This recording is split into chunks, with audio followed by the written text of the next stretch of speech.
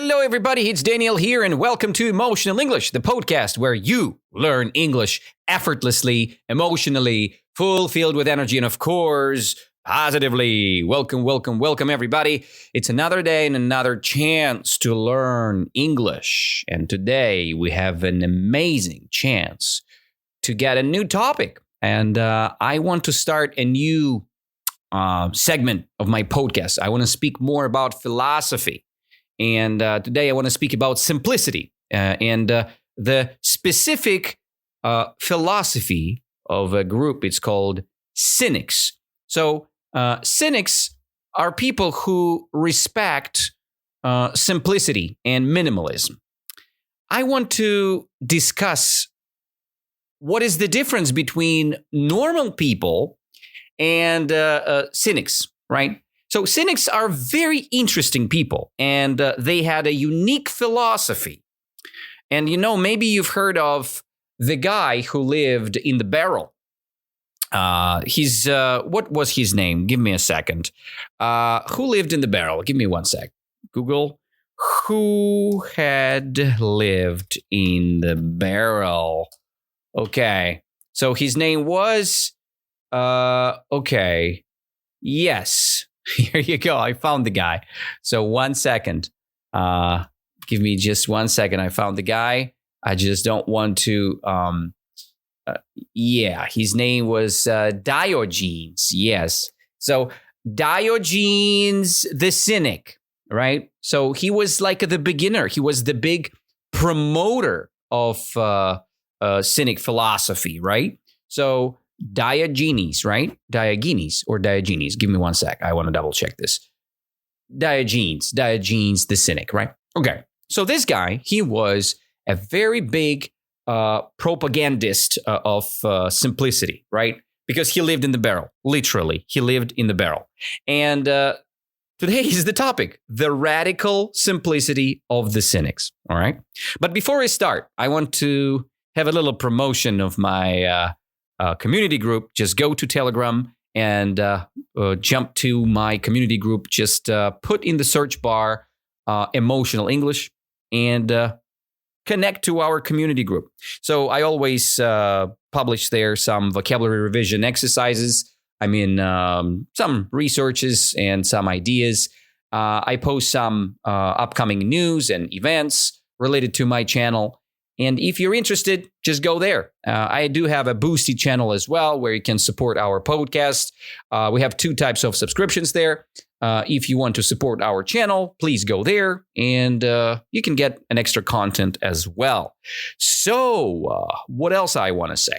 I want to come back to my radical simplicity of the Cynics. So I do have a text, about 3 paragraphs here, pretty interesting text about the general idea of Cynics. Philosophy, and I will explain you what's the point, right? Why do they do this? Why and what is the reason of that, okay? It's a little bit radical. Radical, it means crazy. It's an exaggerated version of just simplicity. Maybe some people are minimalists, but radical minimalist, it means the extreme version of minimalist, right? So why it's so radical and why some people don't like this philosophy. And some people, they love it. And we will discuss why they love it. First of all, I want to say that this type of philosophy came to us from ancient Greece, right? And that's the ancient Greek philosophy. And you call this type of philosophy as cynicism.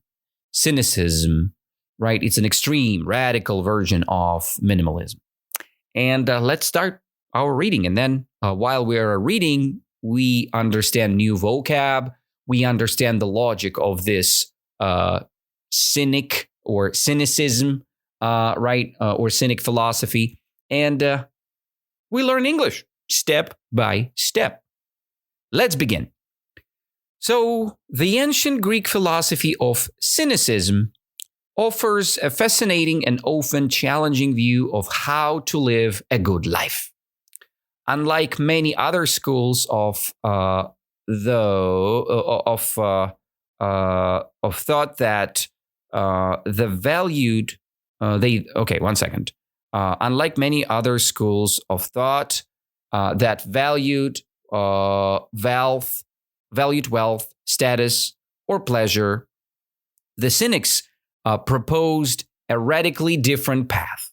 Okay, I want to read this one again, guys, just to make sure that we understand the logic clearly. Unlike many other schools of thought that valued wealth, status, or pleasure, the Cynics proposed a radically different path. Yes, so we have many different philosophical schools, right? And these schools, they thought that value is different. Some people value wealth. Some people think that it's good to have, the state of wealth in the opposite way, So they don't value money. They don't value financial wealth. They value the status, or they value the pleasure, And the Cynics, they liked a completely opposite idea, right? They didn't think about money as wealth. They didn't think about status. They didn't think about pleasure, right? It's a completely different school of philosophy. What was their central idea? Their central idea was that true happiness comes only from virtue, right? What is virtue? Virtue is, how to simplify it for you guys. So it's the quality of a moral good life, right? When you live your life in a good way, in the right way, it's the virtue.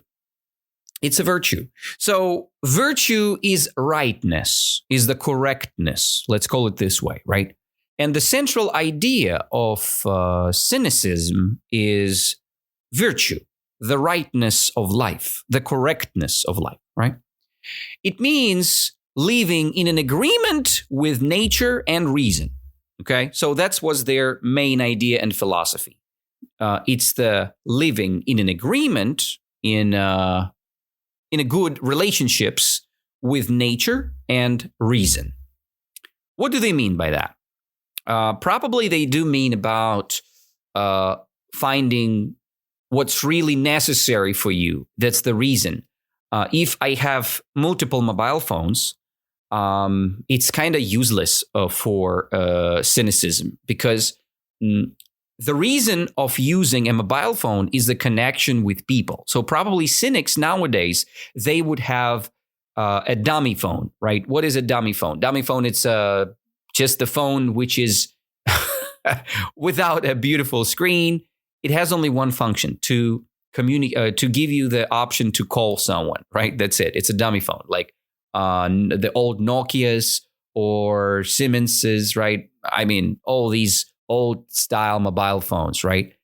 These phones gives us the reason of usage of this mobile phone, just to call other people. And it's more natural, right? It's more natural to use the phone as a phone. But nowadays we use the phone without the true reason, right? We use it as an entertainment center. We use it as a communication center. So we use many messengers and everything else, right? So we use social medias. It's kind of away from cynical perspective, right? From cynics philosophy is a completely different. They think that the usage of life should be correct, related to virtue, right? Virtue. That's the idea. Let's continue our reading. They believed external things like money, like fame, like possessions, ultimately unimportant, and could even distract us from achieving inner peace and moral goodness. Very like. I like this very much. So let's go deeper. I want to discuss a couple things here.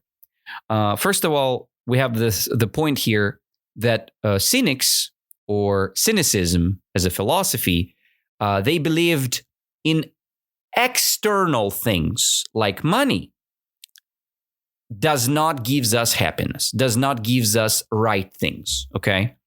Fame, it's this popularity, does not gives us good, right? Possessions, when you have something, let's say you have your own mobile phone, it's your possession, it does not give you a good, right? It does not give you good.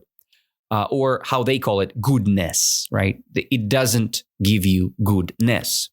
Or moral goodness. So we have external things and internal things. So internal things are inside of you. It's natural. External things are outside of you. They are not natural. Okay. Ultimately, the possessions, the things we have, is not what the cynics like. Okay.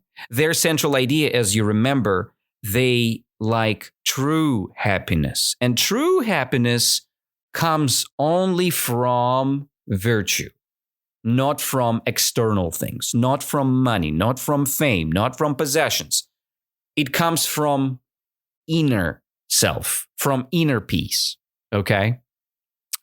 And that's the goal of all cynics, to achieve not external possessions, not money, not fame, not success, but inner peace. I think this is like more connected to Buddhist lifestyle. This is very clear that when you have goals about material possessions, you are kind of messing up with your life, according to cynics, right? Simplicity is very radical in their philosophy. I think it's pretty clear now. Let's read this paragraph one more time, because it's the end of it. And I think conclude the first part of this paragraph, right? Of this text. So the ancient Greek philosophy of cynicism offers a fascinating and often challenging view of how to live a good life. Unlike many other schools of thought that valued wealth, status, or pressure, the Cynics proposed a radically different path. Their central idea was that true happiness comes only from virtue, which means living in agreement with nature and reason. They believed external things like money, fame, and possessions were ultimately unimportant and could even distract from achieving inner peace and moral goodness. Okay? I think you got this main point, right? So money is bad, fame is bad, possession is bad, right? Live like a minimalist and you will achieve true peace and moral goodness. Let's jump to the next paragraph. Because they focused solely on virtue, the Cynics actively choose to reject many of the established norms and expectations of society.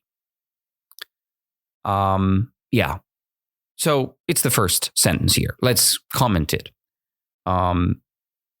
Cynics, they focused solely, right? Solely. What does it mean, solely? Solely means completely, like super focused, right? Solely, only one thing is virtue is important, right? Solely, they were focused on virtue. The Cynics actively chose to reject many of the established norms. So normal life for them was not good. So people called them freaky, little freaks, I could say. But probably in ancient Greece, people, they had different minds, right? They had different minds, and that's why they probably were accepting them, and they were thinking that they are just, living their own life. Probably it was like the sect, it looks like a sect. And sect is, let's say, people who believes the same strange ideas, right? And we call them, oh, this guy, he's from the sect, right?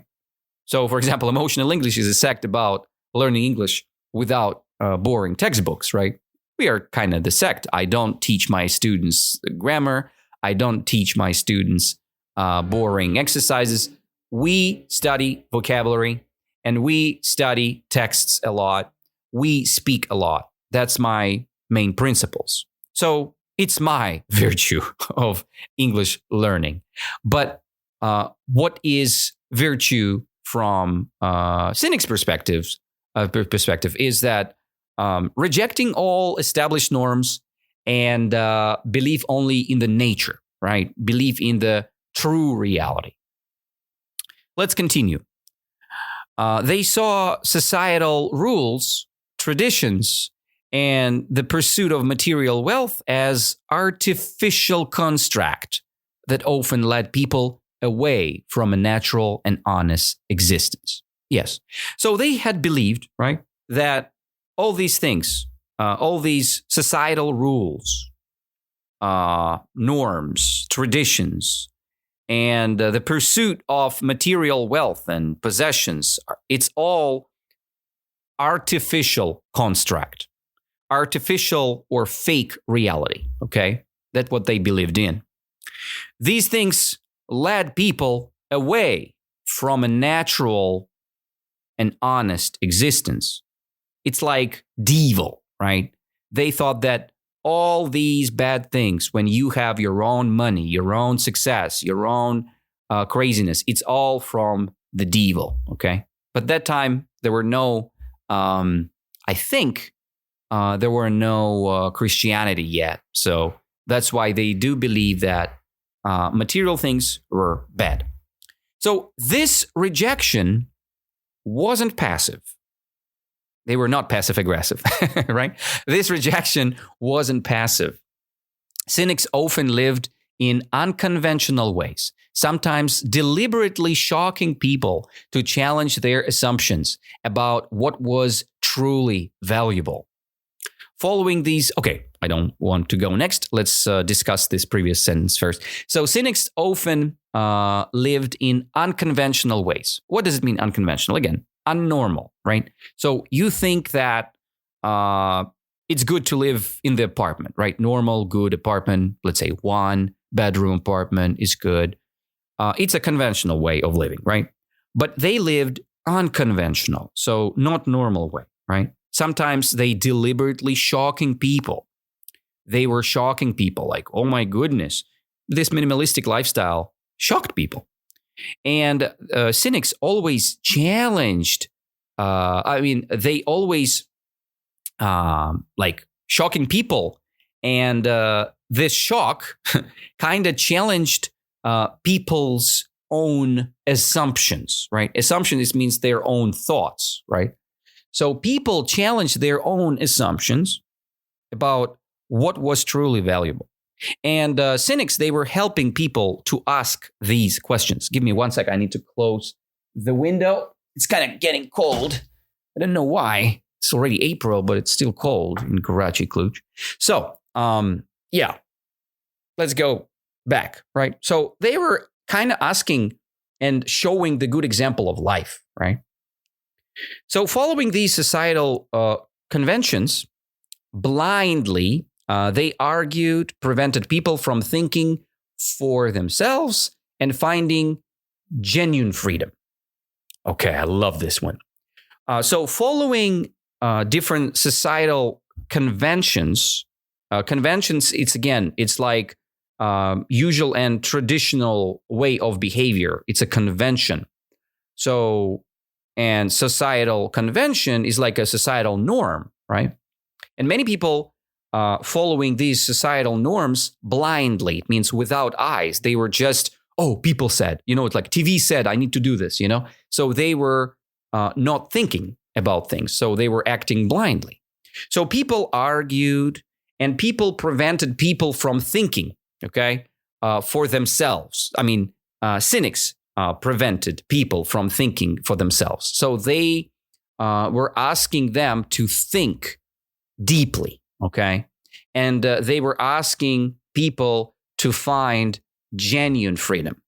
So there is a fake freedom and genuine freedom. Genuine is kind of natural, true freedom. That's a genuine freedom. It's the root, the freedom root. On why freedom is a freedom? Because it's the true freedom. Right now, we live in the fake freedom. So democracy is fake. It's not really the freedom because we have this banking system which enslaving us, right? But genuine freedom is the life with nature altogether, right? Without any crazy, obligations, without obligations, without possessions, right? So you just have you, yourself, and someone else, right? And one, and your own. So this is the end of the second paragraph. I think this paragraph generally described us the way how cynics prefer to live, right? They don't follow this unconventional. They don't follow conventional rules. They try to avoid societal conventions. They try to avoid norms. They have their own established norms, and they don't look for expectations. They have their own philosophy, and they live according to this philosophy. And what they say, they were rejecting life not passively. They were actively showing people how to live naturally. Okay? Cynics. Thank you very much. So that's the great grandfather of minimalists, right? Thank you. Let's read this paragraph one more time, and then we will jump to the last paragraph. Because cynics focus solely on virtue, the cynics actively choose to reject many of the established norms, expectations of the society, and expectations of the society. They saw societal rules, traditions, and the pursuit of material wealth as artificial construct that often led people away from a natural and honest existence. This rejection wasn't passive. Cynics often lived in unconventional ways, sometimes deliberately shocking people to challenge their assumptions about what was truly valuable. Following these societal conventions blindly, they argued prevented people from thinking for themselves and finding genuine freedom. Thank you. Let's go to the next paragraph. Last but not least, this philosophy led cynics to embrace asceticism. Okay, asceticism, and strive for self-sufficiency. It's the first sentence. So the philosophy of cynicism, right, embraced asceticism. It was the goal of all cynics to embrace, to achieve, to get to the asceticism, right? Asceticism. Asceticism was a vital goal for all cynics. If you are having this ascetic lifestyle, so you're a truly good follower of cynicism. Okay? They were striving for self-sufficiency. What does it mean when you're striving for self-sufficiency? It's pretty simple. Strive, it's like, again, going to the specific direction and moving your ass to this direction, right? So you're kind of fighting, for your goals, right? That's the strive. That's what the striving means. When you're fighting, going for what you want. And they were striving for self-sufficiency. It means to be independent from the society or societal norms, conventions, right? They were trying to be self-sufficient. It means be genuinely free, okay? Genuinely free. It means without obligation, self-sufficient. Imagine the nature, right? The tree. And you can describe the tree is self-sufficient. But the lazy man who is sitting on the couch is not self-sufficient because he's not working, but he still needs food, right?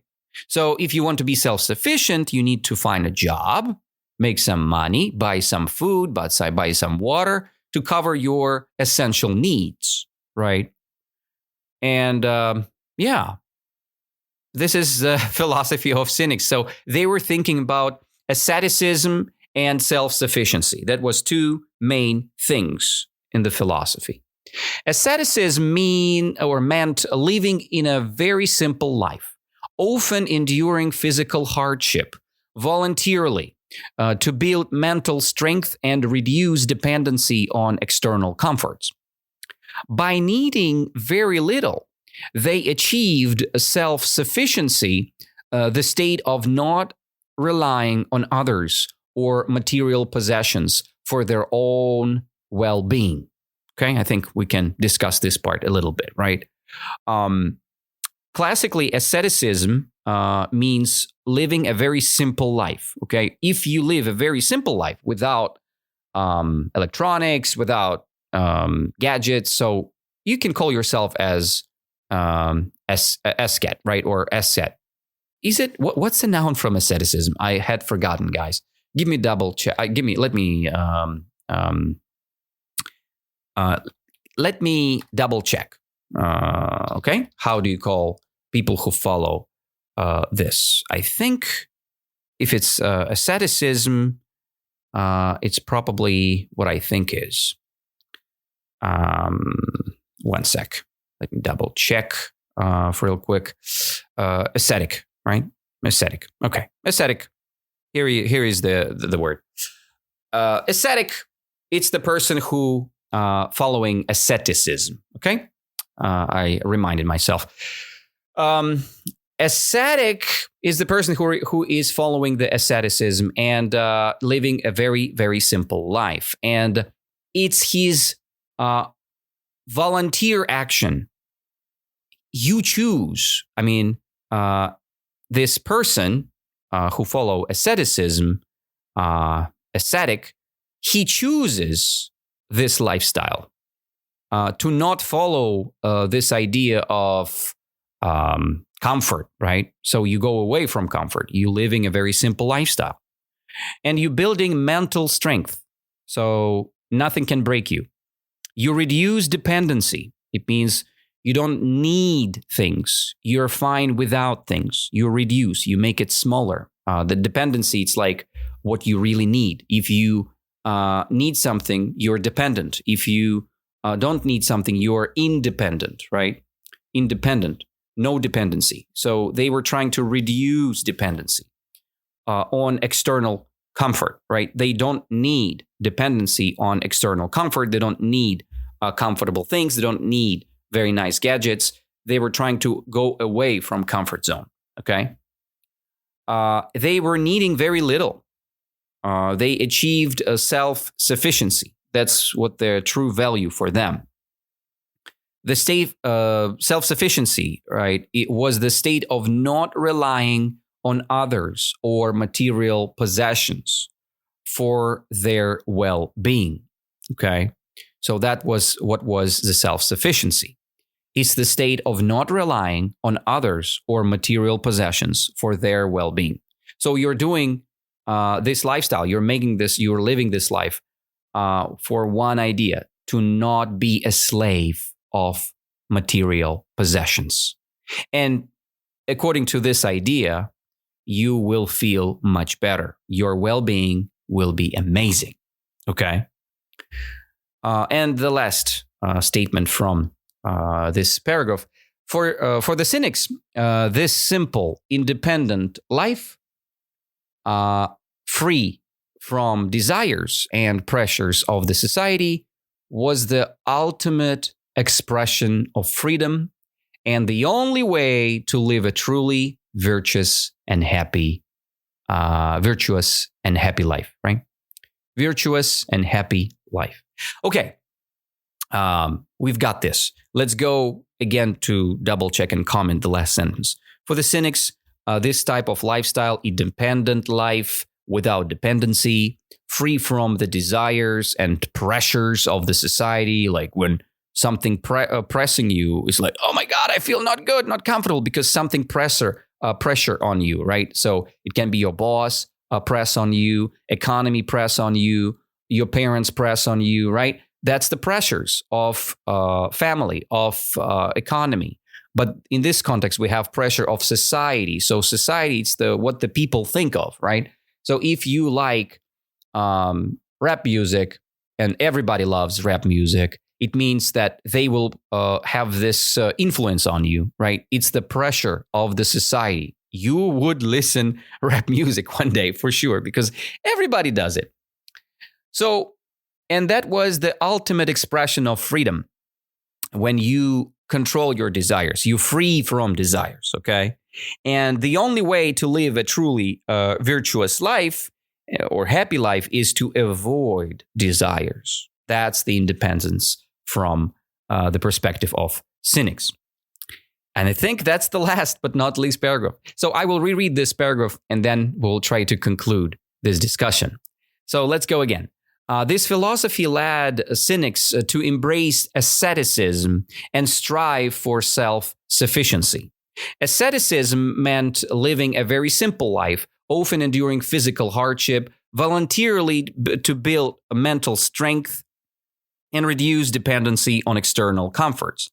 By needing very little, they achieved self-sufficiency, the state of not relying on others or material possessions for their well-being. For the cynics, this simple, independent life, free from the desires and pressures of the society, was the ultimate expression of freedom and the only way to live a truly virtuous and happy life. Again, virtuous, it means correct life, right? And how do you call people who follow the idea of asceticism? Do you remember that? I almost forgotten. Okay. You call them ascetics, right? Ascetics. Ascetics, they are people. One person is ascetic, and ascetics, they are people who follow asceticism, okay? And they like self-sufficient. They very like self-sufficiency. They don't want to be dependent, right? They want to reduce dependency on external comfort. Okay. That's all, guys. We had discussed the full topic of a radical simplicity of the cynics. And I hope you learned who were cynics, and maybe now you see the correlation between nowadays minimalism and simplicity, and the old great-great-grandfathers of minimalism, cynics, right? Or cynicism. It's actually the philosophy of life. Which came from us from ancient Greece. And many people follow these ideas today. And you can call them crazy. You can call them enormous or just insane. But they're here and they like what they're doing. So let's discuss the vocabulary list. When you see a virtue, what does it mean? The life is virtuous or just a virtue, a noun. It means that it's a good, morally good way of living, okay? That's a virtue. When you're living the right way, you're living with a virtue, okay? You have a virtuous lifestyle, okay? And another example for you guys, honesty is considered a great virtue. So when you're an honest person, it's the part of greatness, right? Yeah. The next word was rejecting things, right? What cynics reject? They reject any material possessions, anything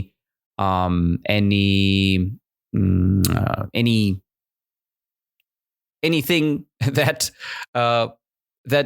connects you with dependency, right? They want to be independent, right? So they reject dependency. And when you reject something, you're refusing it. You're not accepting it. You're not believing it. You're not agreeing with it, right? So, and they decided to reject all these material possessions. Convention. What is convention, guys? It's a usual or traditional way of behaving or doing things, right? Convention is what people used to do, right? It's traditions.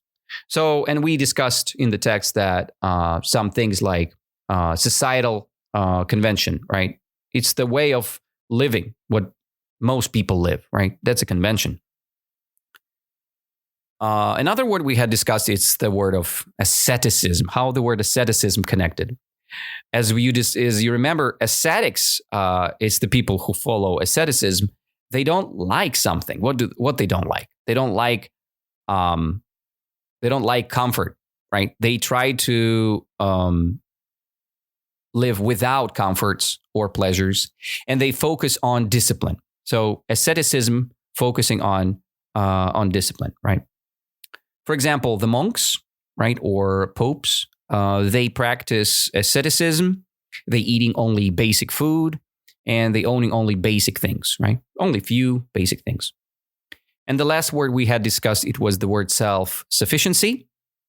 And when you have self-sufficiency, it's a good thing. It's when you have an ability to take care of yourself and you're not asking the help from others, right? So you have your life and you don't need anything else.